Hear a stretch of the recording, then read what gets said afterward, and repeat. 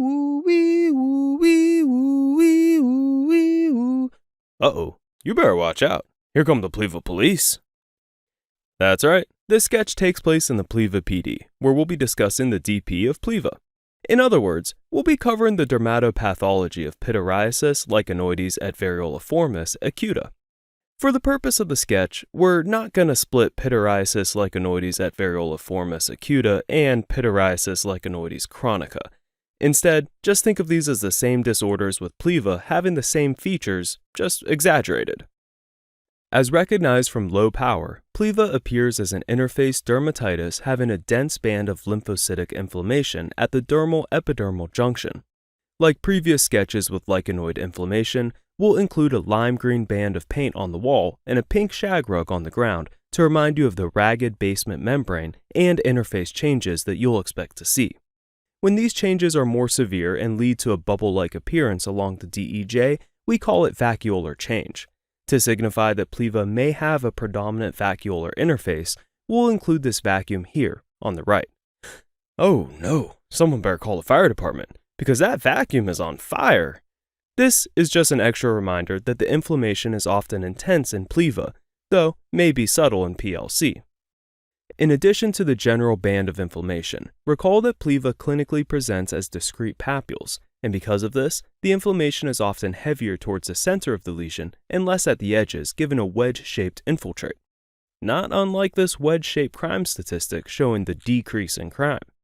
Recall that these cells are cytotoxic lymphocytes, and while not explicitly shown, they're often monoclonal. We'll remind you that they're cytotoxic lymphocytes with our cytotoxic hazmat guy reading the crime statistic.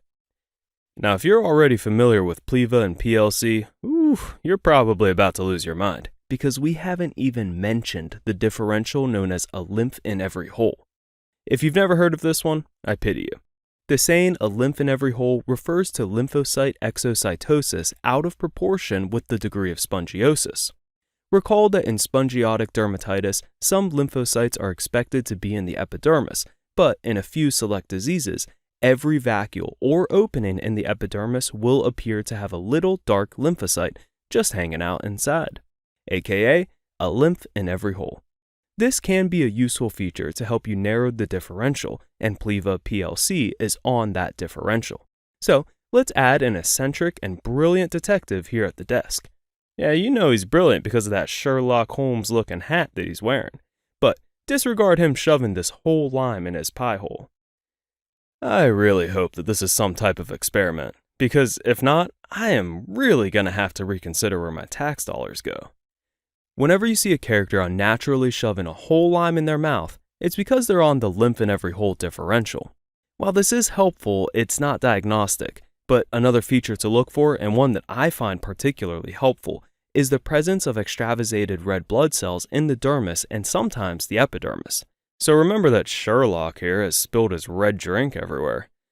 Well, at least he's trying to clean it up with a sponge. This sponge is a reminder that dermal edema and spongiosis is expected, and while some exocytosis is acceptable with any spongiosis, it's the degree that puts PLEVA on the lymph in every hole differential.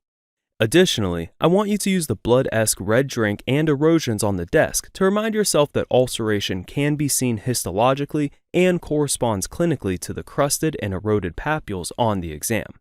Lastly, the presence of parakeratosis is often a useful feature, and, wouldn't you know it, our detective is an avid skydiver, and he wants everyone to know it because he has this picture of him rocking his parakeratosis parachute on his desk. Now before we wrap up, let's cover some of the basic treatment options for PLEVA, which we'll show in the back, starting with an erythromycin earth. Yeah, despite being a small PD, these guys track crime all over the globe.